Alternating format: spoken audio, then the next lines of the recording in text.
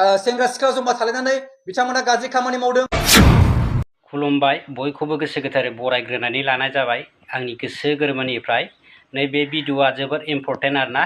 जायफोर मानसिया मालायनि हिन्जावखौ लानानै गुवाहाटि नोगोरमायाव रुम भारा लानानै थाग्रा आरो जायफोर गावनि देहा सोलेरखौ फानग्रा बैफोर मानसिनि थाखाय नैबे भिडिअआ जोबोद इम्पर्टेन्ट आरोना। गुवाहाटि नोगोरमानि एबसु आफादा गोख्रों आयेन लाबाय। जायफोर गाज्रि खामानि गाज्रि लामायाव थांग्रा आरो जायफोर मालायनि हिन्जावखौ लानानै थांनानै रुम भारा लाहैयो गुवाहाटि नोगोरमायाव, बैफोर मानसिफोरखौ सासन होनो एबा मोजां लामायाव लाबोनो थाखाय आयेन दाबाय।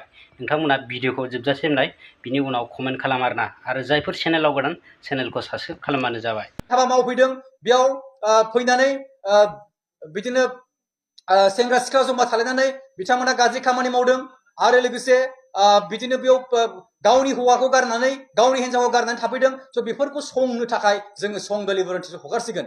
बेनि थाखायनो जोङो वार्निं होनो नागिरदों। बे खौरांगिरि मेलनि गेजेरजों कामरुप मेट्रपलिटन जिल्ला दुलाराय बर' फरायसा आफादा फंनैसो बाथ्रा मिथिहोनो नागिरदों, फोरमायनो नागिरदों, खावलायनो नागिरदों आरो लोगोसे वार्निंबो होनो नागिरदों जे नोंथांमोना नुबाय थायो ससियेल मिडियाफ्राव जे गोबां मानसिफ्रा गुवाहाटियाव खारबोयो। सोरबा गुबुन हिन्जाव हौवाजों खारबोनाय, सोरबा गुबुन हिन्जावजों खारबोनाय, हौवा थासेयावब्लाबो हिन्जाव थासेयावब्लाबो गुवाहाटियाव फैनानै बबेबा रुम भारा लानानै थाफैनाय जोङो नोंथांमोना मिथिबाय थायो। आरो गोबां बेबायदिनो जाथाय जाबाय थानायखौ नोंथांमोना मिथियो जे गुवाहाटि नोगोरमायाव बेयाव गोबां फरायसुला फरायसुलिफोर दंफैयो।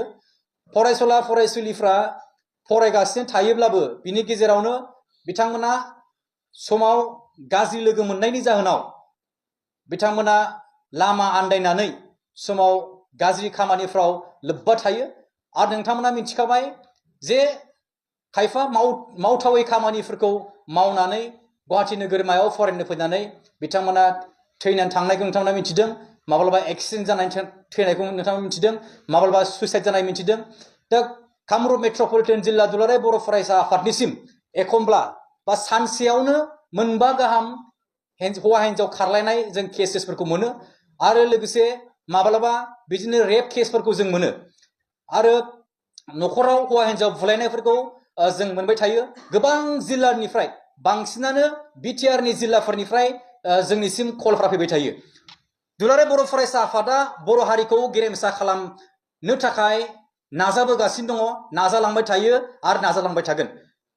अब्लाबो जोंनि समाजाव ओरैबायदि मानसि दङ जे बर' हारिखौ गुबुंले खालामनो थाखाय गुबुन गुबुन गुबुन खामानिखौ मावबाय थायो। अब्ला जोङो गुवाहाटियाव थानाय थामहिनबा कामरुप मेट्रपलिटन जिल्ला दुलाराय बर' फरायसा आफादा जोंनि बर' हारिखौ गेरेमसा खालामनो थाखाय बा बर' हारिखौ गुबुंले खालामनायनिफ्राय जोङो रैखाथि होनो थाखाय दिनैनि सानाव जोङो मोनसे स्क्वाड जों लन्च खालामदों आरो बे स्क्वाडनि मुङानो जाहैबाय जि आवेर स्क्वाड, थामहिनबा गुवाहाटि आबसु watch and rescue engagement squad. बे स्क्वाडाव माखासे रैखाथि भलन्टियार्स आरो संगालि भलन्टियार्सबो थागोन। गुवाहाटि नोगोरमायाव मोनथाम पुलिस डिस्ट्रिक्ट दङ, इस्ट, वेस्ट आरो सेन्ट्रेल।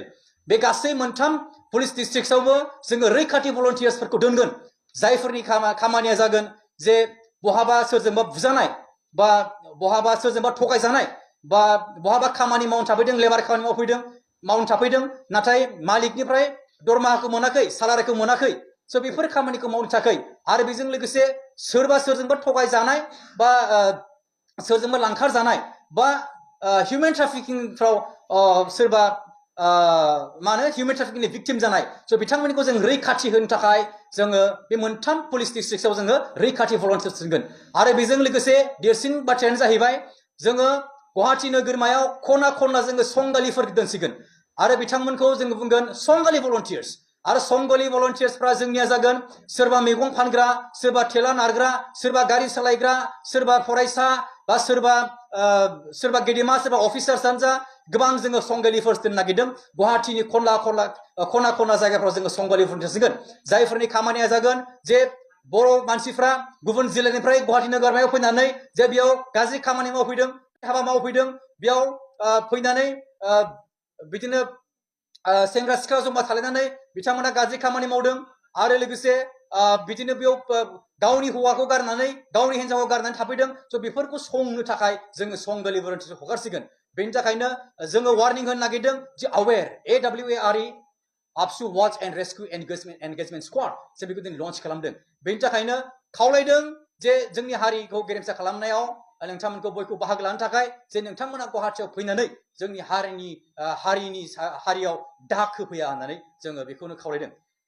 आरो जोङो रेस्किउ खालामनाय समाव जों जेब्लायबो जोङो फाइखि हान्जानि थामहिनबा जों पुलिसनि आरो गोबां कमिसन्सफोरनि जोङो सहाय लानानै जों खामानिखौ मावलांगोन आरो गोबां समावनो जोङो बर' हारि होननानै जों अनखाङो जे बर' हारि होननानै बेबो जोंनिनो बर' मानसि जे बर' फिसा होननानै जों अनखांनानै जोङो खेमा होयो गुवाहाटियाव जोङो बुवा अननानै गावनिनो बर' मानसि होननानै नाथाय जोङो बेबायदि बेसेबां गोबाव सैना थाबावनो बेसेबां गोबाव जों सहायबावनो जोङो सानबाय जे बिथांमोनखौ जोङो बुवालाबानो बर' होननानै अननायजों जानाय नङा दानिफ्राय जोङो ओरैबायदि खालामनो नागिरबाय जे दुलाराय बर' फरायसा आफाद कामरुप मेट्रपलिटन जिल्लाया जे सोरखौबा दायनिगिरि मोनोब्ला बा सोरखौबा गाज्रि खामानियाव लोब्बा थानायखौ जों नुयोब्ला बै बर' सुबुंखौ जोङो अना लाबानो जों बै बर' सुबुंखौ जोङो पुलिसनो गथायना होगोन आरो बै सुबुंखौ जोङो लकाबाव सोनो थाखाय जोङो नाजागोन मानो होनबा जोङो बिथांमोननो जों लाय होबाय थाया जेसेबां लाय होगोन इसिबांनो बर' होननानै जेसेबां अनगोन जों लाय होगोन